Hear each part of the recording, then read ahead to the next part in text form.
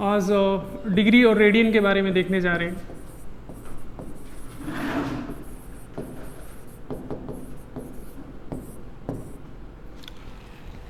कोन को जनरली हम लोग दो स्ट्रेट लाइन से रिप्रेजेंट करते हैं और इसके बाद इसके बीच में एक आर्क रखते हैं। इस आर्क को हिंदी में वृत्तांश भी कहते हैं। वृत्त का ये टुकड़ा है या वृत्तखंड भी कहते हैं। अब ये दो स्ट्रेट लाइंस के बीच बहुत सारा आर्क्स ले सकते हैं आप इस तरह से। अब ये सारी आर्क की लंबाई अलग अलग है, तो क्या ये कोण अलग अलग कोण को रिप्रेजेंट कर रहा है या एक ही कोण को रिप्रेजेंट कर रहा है? तो जो चांद से हम सीखते हैं एंगल बनाना 30 डिग्री का या 45 डिग्री का, वो यही कहता है कि नहीं ये एक ही एंगल को रिप्रेजेंट कर रहा है। तो इसके पीछे कारण क्या है? तो इसके लिए हमको 1 डिग्री का डेफिनेशन देखना होगा कि डिग्री है क्या। अगर आप इन आर्क्स को देखें तो ये किसी सर्कल का पार्ट है, ये भी किसी सर्कल का पार्ट है।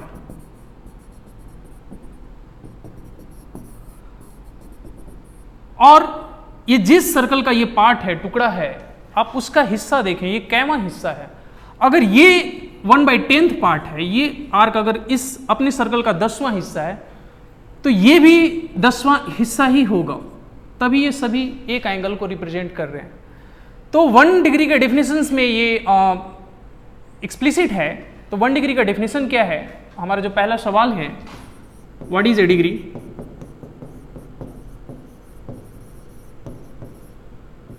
तो सबसे पहले हम लोग डिग्री को डिफाइन कर लें। डिग्री है क्या?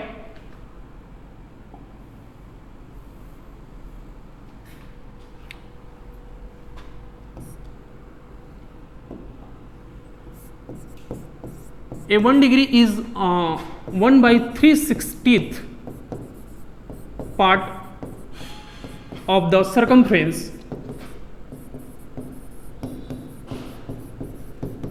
of a circle. अगर आप एक कोई सर्कल लेते हैं और इसके 360 टुकड़े कीजिए आप,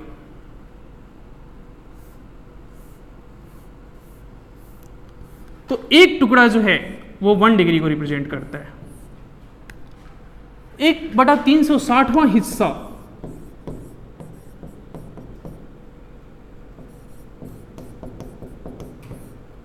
हम कहते हैं ना कि एक सर्कल में 360 डिग्री होता है। तो एक सवाल यहाँ पे ये भी उठता है कि हम 360 हिस्सा क्यों करते हैं, या एक सर्कल में 360 डिग्री ही क्यों होता है? तो इसको समझने के लिए हमें रात्रि में स्टार्स को देखना होगा। अगर आपने ख्याल किया होगा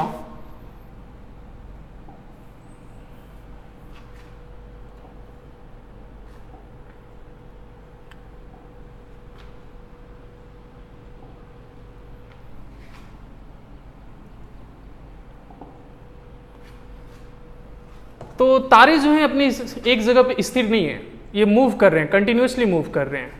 और जैसे सूरज हमारा पूरब से पश्चिम उगता है, वैसे तारे भी रोज पूरब से उगते हैं और पश्चिम में डूबते हैं। इसका कारण ये है कि पृथ्वी जो है अपने अक्ष पे पश्चिम से पूरब की तरफ घूमती है, और इसके कारण ये तारे जो हैं हमारे सन की तरह ही पूरब से पश्चिम की तरफ घूमते हुए प्रतीत होते हैं। और ये जो स्टार्स हैं, दूर के स्टार्स, इन्हें हम फिक्स्ड स्टार्स भी कहते हैं। इसका एक कारण है कि हर एक दिन के बाद तारा फिर से आकाश में उसी स्थिति पे आ जाता है। जैसे अगर आप सन को अगर आप ऑब्जर्व करते हैं तो सन 24 घंटे के बाद फिर से आकाश में वहीं आ जाता है। अगर आप आज दोपहर को सन को अगर आप सर के ऊपर देख रहे हैं तो अगले दिन भी 24 घंटे के बाद आप वहीं पे देखेंगे। स्टार्स भी जो हैं 23 घंटे 56 मिनट 4 सेकंड के बाद फिर से उसी पोजिशंस पे आ जाते हैं। तो बेसिकली आर्यभट्ट ने कुछ ऐसे कहा है कि जैसे आप नदी में नाव चलती है तो आपको घाट जो है नदी के वो पीछे की तरफ जाते हुए प्रतीत हो रहे हैं। इसी वजह से हमारा पृथ्वी अपने अक्ष पे घूमता है, जिसके कारण ये जो सेलेस्टियल स्फीयर है, तारों का जो ग्लोब है, हमको घूमता हुआ प्रतीत होता है। अब थोड़ा सा हम अपने डिग्री के डेफिनेशन पे आते हैं।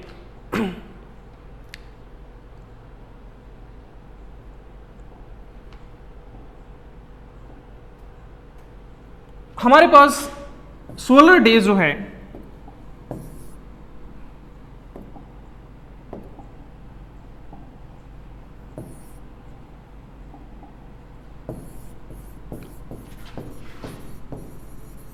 वो 24 घंटे का होता है। आकाश में सूर्य की स्थिति 24 घंटे के बाद हमारे घड़ी के जो 24 घंटे हैं ठीक से वही पोजीशन आता है। लेकिन अगर आप स्टार्स के अकॉर्डिंग, स्टार्स को अगर आप देखें, इसे हम साइड रियल डे भी कहते हैं,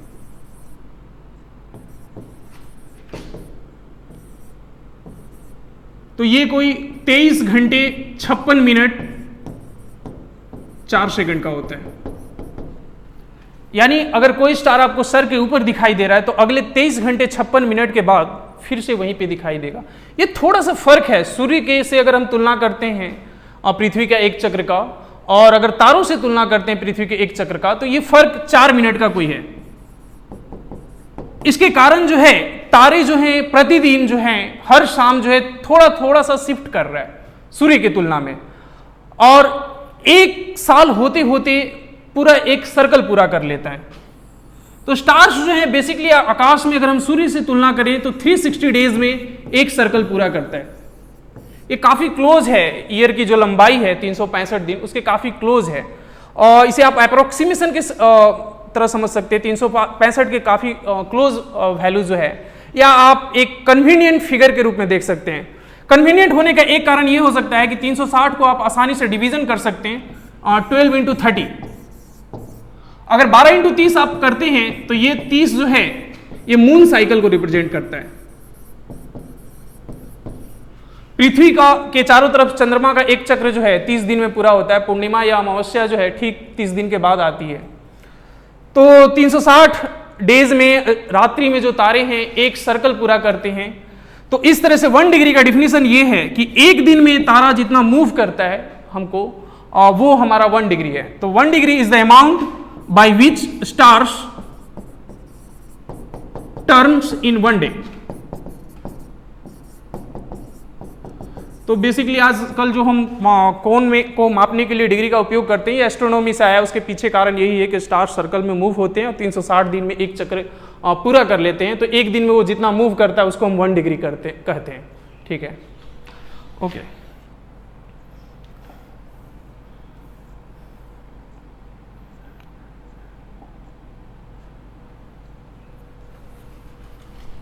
अब अगर मान लीजिए ये हमें सरकमफ्रेंस एक दिया हुआ है, इस सरकमफ्रेंस को हम लेंथ की एक यूनिट मान लेते हैं।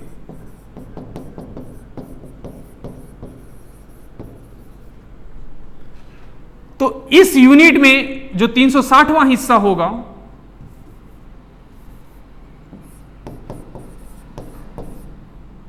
वो आपका 1 डिग्री है। फॉर एग्जाम्पल अगर मान लीजिए कि 720 मीटर का ये सरकमफ्रेंस है जिसे हम रस्सी से माप सकते हैं, सर्कल के चारों तरफ हम रस्सी फैलाएं, अगर वो 720 मीटर लंबा हुआ, और ऐसे केस में अगर आप एक ऐसा आर्क चूज करते हैं जिसकी लंबाई 2 मीटर है, तो ये आर्क जो है 1 डिग्री को रिप्रेजेंट कर रहा है। तो 1 डिग्री किसी भी सर्कल के सरकमफ्रेंस को आप 360 टुकड़ों में तोड़िए, और एक जो छोटा टुकड़ा है जो आर्क है उस आर्क की लंबाई ही 1 डिग्री है। अब देखिए इस केस में हमने सरकमफ्रेंस को यूनिट का एक लेंथ चूज किया है, लेकिन ऐसा हो सकता है कि कोई रेडियस को 1 यूनिट ऑफ लेंथ चूज करे। ठीक है, तो इससे रेडियन का डेफिनेशन आता है। तो अगला सवाल हमारा यही है कि व्हाट इज ए रेडियन।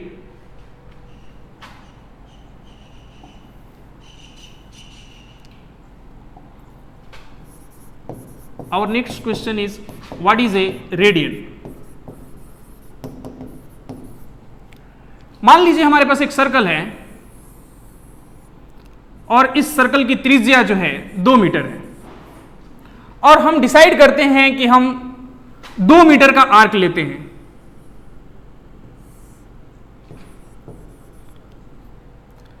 तो अगर त्रिज्या की लंबाई के बराबर अगर आप आर्क की लंबाई लेते हैं तो ये जो एंगल है ये एंगल 1 रेडियन कहलाता है। अगर हमने सरकमफ्रेंस की लंबाई को 1 इकाई माना है लंबाई की, और उससे हम आर्क की लंबाई को कंपेयर कर रहे हैं, फॉर एग्जांपल 360वां हिस्सा है अगर आर्क की लंबाई परिधि का, तो वो 1 डिग्री है। और यही कंपैरिजन अगर हम त्रिज्या से करें, अगर हम रेडियस को 1 यूनिट चूज कर लें लंबाई का, तो जो आर्क की लंबाई आएगी वो रेडियन में आएगी। तो रेडियस अगर 2 मीटर है तो ये 2 मीटर की लंबाई आर्क की 1 रेडियन कहलाएगी। अगर ये 10 मीटर होता रेडियस की लंबाई, तब हमें 10 मीटर चूज करना पड़ेगा आर्क की लंबाई को, उसको हम 1 रेडियन कहेंगे। तो ये रेडियन का डिफिनीशन है। अब सवाल ये उठता है कि दोनों में क्या रिलेशनशिप क्या है, डिग्री और रिलेशनशिप के बीच क्या है, ताकि अगर हमें डिग्री में दिया हो तो रेडियन में हम कन्वर्ट कर सकें और रेडियन में दिया हो तो हम डिग्री में कन्वर्ट कर सकें।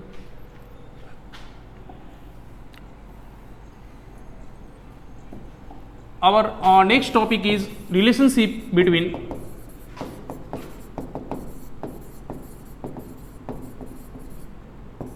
degree and radian.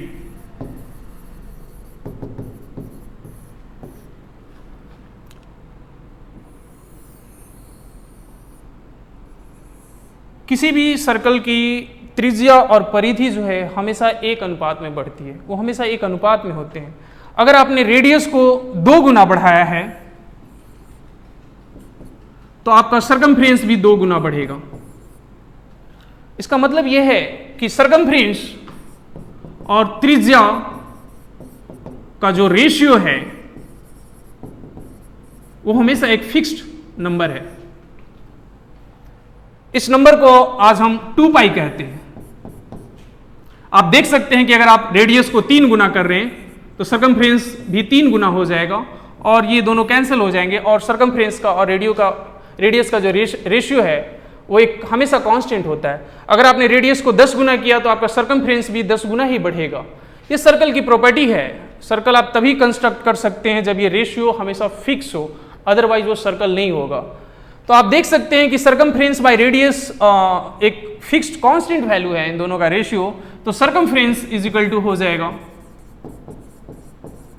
2 pi into radius 2 pi R, और ये पाई की वैल्यू जो है 3.14 है। यानी किसी भी सर्कल, कोई छोटा हो या बड़ा हो, हमेशा जो है सरकमफ्रेंस जो है रेडियस का 6 गुना होता है हमेशा।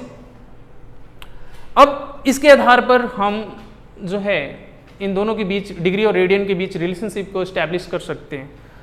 क्लासिकल जो डिग्री जो एंगल मेजर करने का यूनिट रहा है वो डिग्री रहा है, खास करके एस्ट्रोनॉमी में। पर अभी जो हम कैलकुलस में या अपर क्लासेस में जो यूनिट चूज करते हैं वो रेडियन यूज करते हैं। रेडियन का कठिनाई ये है बच्चों को समझने में कि सबसे पहले हमारे इंस्ट्रूमेंट बॉक्स में कोई भी इंस्ट्रूमेंट नहीं है। हमारा जो ज्योमेट्री बॉक्स हम बच्चों को देते हैं रेडियन मापने का, उसमें कोई इंस्ट्रूमेंट नहीं है। हमारे पास डिग्री मापने के लिए हमारे पास इंस्ट्रूमेंट है, रेडियन के लिए नहीं है। तो ये जो कंपैरिजन है, ठीक है, कि आप स्ट्रेट लाइन को कंपेयर करते हैं ये आर्क की लंबाई से, ये पॉसिबल नहीं है ज्योमेट्री बॉक्स के किसी भी इंस्ट्रूमेंट से, ठीक है। और लेकिन अगर आप रस्सी अगर ले लें, उसमें शामिल कर दें इंस्ट्रूमेंट बॉक्स में, या एक स्ट्रिंग ले लें, तो ये फिर कंपैरिजन आसान हो जाता है और रेडियन को डिफाइन करना भी फिर आसान हो जाता है। तो इसके बीच रिलेशनशिप क्या है डिग्री और रेडियन का, हम इस पे आते हैं।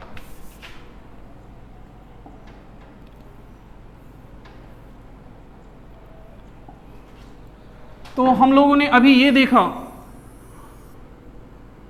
कि एक सर्कल में 360 डिग्री होता है, और अगर हम रेडियन में कहना चाहें तो ये 2 पाई रेडियन होता है। फॉर एग्जाम्पल, अगर आप ये रेडियस की लंबाई है, अगर आप इतना ही लंबाई आर्क लें तो ये 1 रेडियन है, और इतना लंबाई लें आप तो ये 2 रेडियन हुआ, और अगर पूरा हाफ सर्कल ले लें तो ये 3.14 रेडियन, 3 रेडियन से थोड़ा सा ज़्यादा, और टोटल जो है 6 रेडियन से थोड़ा सा ज़्यादा होता है, ठीक है। तो एक सर्कल में आप कह सकते हैं कि 360 डिग्री होता है या 2 पाई रेडियन होता है। अब यहाँ पे हमारा दोनों के बीच, डिग्री और रेडियन के बीच रिलेशनशिप एस्टैब्लिश हो गया। अब हम यूनिटरी मेथड से अब हम इसे एक दूसरे में कन्वर्ट कर सकते हैं। बच्चे वो करते हैं कि 5 kg का कॉस्ट 30 रुपीज़ है, तो सबसे पहले वो 1 kg का कॉस्ट निकालते हैं डिवाइड करके, और फिर अगर दिया हुआ है 8 kg का कॉस्ट निकालने के लिए, तो ये यूनिट का जो प्राइस आया उससे मल्टीप्लाई कर देते हैं, इसलिए इसे यूनिटरी मेथड भी कहते हैं। हम लोग इसे चुकी का नियम बचपन में कहते थे, और रूल ऑफ 3 भी इसका एक नाम है। तो ये आपका 6 × 8 48 रुपीज़ आता है। इसी तरह से आप यहाँ पे कन्वर्ट कर सकते हैं। 360 डिग्री में 2 पाई रेडियन है, तो 1 डिग्री में आप कह सकते हैं 2 पाई बाई 360 रेडियन, और ये कोई आता है आपका 0.01745 रेडियन। और अगर रेडियन से डिग्री में कन्वर्ट करना हो तो आप इसे रिवर्स कर दीजिए, इस रिलेशनशिप को, 2 pi radian is equal to 360 degree, therefore 1 radian is equal to 360 by 2 pi, 2 into 3 60 degree के आसपास 57 डिग्री आता है। तो एक डिग्री में, एक रेडियन में 57 डिग्री होते हैं और एक डिग्री में 0.01745 रेडियन होते हैं। और इस तरह से अगर हमें 3 डिग्री का दे रहा है तो 3 डिग्री में हम उससे मल्टीप्लाई कर लेंगे तो हम उसे रेडियन में कन्वर्ट कर लेंगे। या फॉर एग्जांपल 5 रेडियन को कन्वर्ट करना है डिग्री में, तो 1 रेडियन का हमको डिग्री मालूम है तो हम 5 रेडियन का कर सकते हैं, कैलकुलेट कर सकते हैं सिंपल यूनिटरी मेथड से। तो यूनिटरी मेथड को हम जनरल फॉर्म में इस तरह से लिख सकते हैं कि x unit cost y, therefore 1 unit cost y by x, therefore z unit cost y by x into z। अब ये जो यूनिटरी का मेथड है, रूल ऑफ 3 जो है, इसे हम ज्योमेट्री के मेथड से भी समझ सकते हैं, ज्यामिति के भी ढंग से हम इसे समझ सकते हैं।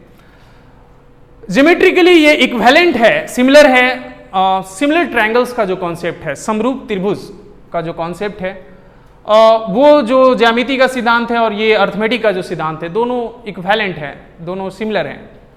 तो इस मेथड को हम ज्योमेट्रिकली देखने जा रहे हैं।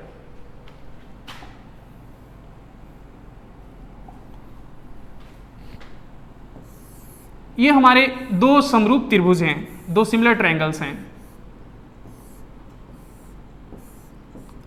एक ABC, और इस A कॉर्नर के सामने की जो साइड है इसको नाम हम A देते हैं, इसे B नाम देते हैं और इसे नाम C देते हैं। और ये छोटा वाला जो ट्रायंगल है DEF, इसे हम D नाम देते हैं, इसे E, छोटी E और इसे छोटी F। अब देखिए, 2 ट्रायंगल सिमिलर कब होते हैं? जब उनका एंगल्स जो हैं बराबर होते हैं। ये एंगल्स अगर इसके बराबर है, ये अगर 30 डिग्री है तो ये भी 30 डिग्री होना चाहिए, ये अगर 45 डिग्री है ये भी 45 डिग्री है, ये अगर 60 डिग्री है तो ये भी 60 डिग्री होना चाहिए। तो 2 ट्रायंगल्स के अगर एंगल्स इक्वल हैं तो ऐसे ट्रायंगल्स जो हैं सिमिलर ट्रायंगल्स कहलाते हैं, समरूप त्रिभुज कहलाते हैं। दोनों त्रिभुज का रूप तभी समान होगा जब उनके एंगल्स जो हैं, आमने सामने वाले एंगल्स जो हैं, इक्वल होने चाहिए, बराबर होने चाहिए। और समरूप त्रिभुज बनाने के लिए अगर मान लीजिए कि छोटा त्रिभुज दिया हुआ है, हम बड़ा एक त्रिभुज बनाना चाहते हैं जो इसके समरूप हो, तो हम कैसे इसे प्राप्त करते हैं? जो हम बड़ा साइड लेते हैं उसका रेशियो जो है हमेशा सेम रखते हैं। फॉर एग्जाम्पल मान लीजिए ये F है, इसका ये सामने वाला जो साइड है इसको हम 2 गुना रखते हैं, 2F रखते हैं C को, और ये जो लंबाई है जिसे हम E कह रहे हैं, और ये बड़ी भुजा जो है इसे मान लीजिए इसे भी हमने 2 गुना किया है, और सेम वे में अगर इसे हम 2D करें तब हम ये जो सिमिलर ट्रायंगल जो है हम ऑब्टेन कर सकते हैं। कहने का मतलब ये है कि सभी भुजाओं को जो है आपको एक अनुपात में बढ़ाना है, और इस तरह से ये भुजाओं का जो अनुपात है वो एक समान होता है। फॉर एग्जाम्पल C/F जो लेंगे वो बराबर होगा B/E के, और ये बराबर होगा A/D के। तो 2 समरूप त्रिभुज हम तब भी कह सकते हैं जब उनके भुजाओं का अनुपात जो है वो समान है। ये अगर पहली भुजा इस सामने का भुजाओं का दोनों का अनुपात लेते हैं, ये अनुपात बराबर होना चाहिए इसके अनुपात के, और ये इसके के। जो हमारे डेली लाइफ में जो सिमिलर ट्रायंगल्स जो सबसे ज़्यादा आते हैं वो राइट ट्रायंगल्स जो हैं वो आते हैं, तो उसके ऊपर हम देखने जा रहे हैं।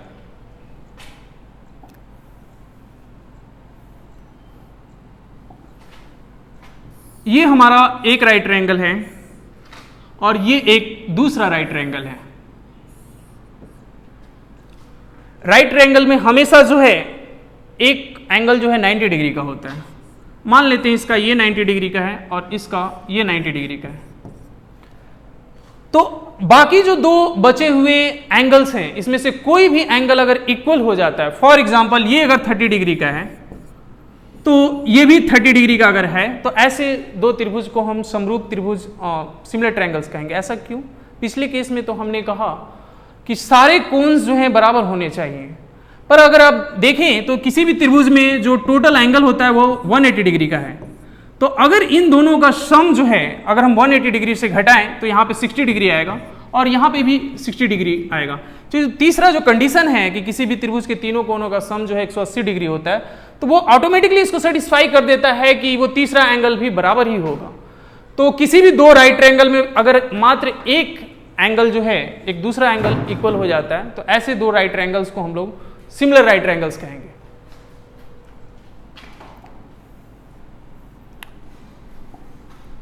ज्यादातर जो हमें प्रॉब्लम्स में राइट ट्रायंगल्स देखने को मिलता है वो कुछ इस तरह से होता है।